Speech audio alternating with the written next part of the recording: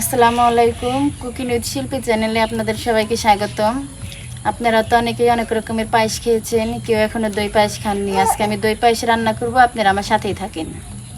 এখানে আমি 2 কেজি দুধ নিয়েছি। দুধটা ফুটে গেছে, এখন আমি চাল দিয়ে দেব। দুধটা দেখেন একদম দরদরা হয়ে গেছে। এই যে এরকম দরদরা হবে, লাল কালার হয়ে যাবে, তখন চাল দিতে হবে। এই যে দুধটা একদম দরদরা হয়ে গেছে, এখন আমি চাল দিয়ে দেব।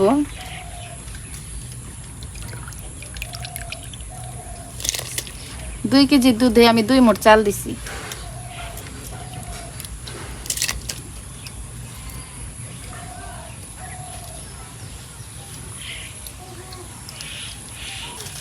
আমি চালটা দেওয়ার পরে 10 মিনিট রেখে দিয়েছিলাম। চালটা এই যে এখন এই যে এরকম হয়ে গেছে। দুধের কালারটা দেখেছেন, লাল হয়ে গেছে। আবার আমি 10 মিনিটের জন্য জালটা বেরিয়ে দেব। এই যে আমার চালটা এখন ফুটে গেছে, এখন আমি চিনি দিয়ে দেব।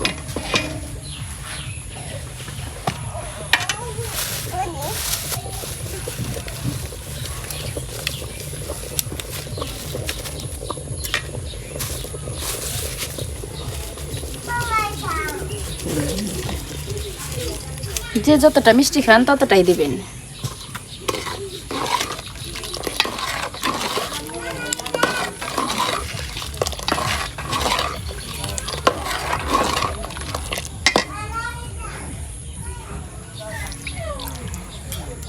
সাথে দিয়ে দিব এই ফল।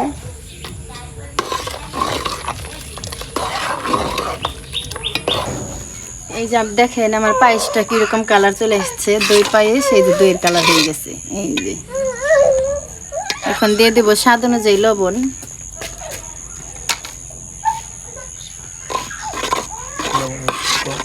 লবণ এই স্বাদ, লবণ এই যে স্বাদ। একটা গল্প শোনেন নাই আপনারা? রাজার 3টা কন্যা ছিল। এক কন্যা বলেছিল লবণের মতো ভালোবাসি, এক কন্যা বলেছিল মিষ্টির মতো ভালোবাসি, আর একজন বলেছিল চিনির মতো ভালোবাসি। কিন্তু রাজা খুশি হয়েছিল মিষ্টির মতো ভালোবাসি সেই মেয়ের কথা শুনে, কিন্তু লাস্টে যে লবণের মতো ভালোবাসে তারটাই কিন্তু মিলে গেল, কারণ লবণ ছাড়া কোনোটাই স্বাদ হয় না।